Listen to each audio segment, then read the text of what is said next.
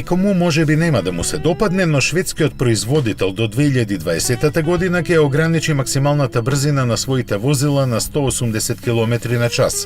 Овој потег е дел од безбедносниот план според кого во новите модели на Volvo никој не треба да загине. На негово остварување интензивно се работи веќе со години, па така новите генерации возила на оваа марка се опремени со низа системи од активната и пасивната безбедност.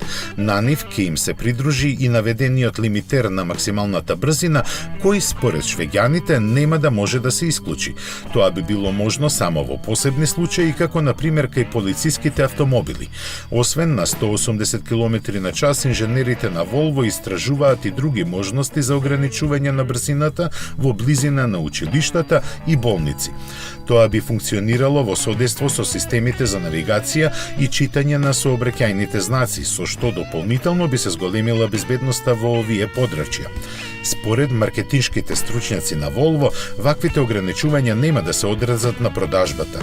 Освен дека 180 км на час се сосема доволни, тие сметаат дека типичните купувачи на марката не се такви да ризикуваат со поекстремни брзини, дури и на германските автопатишта.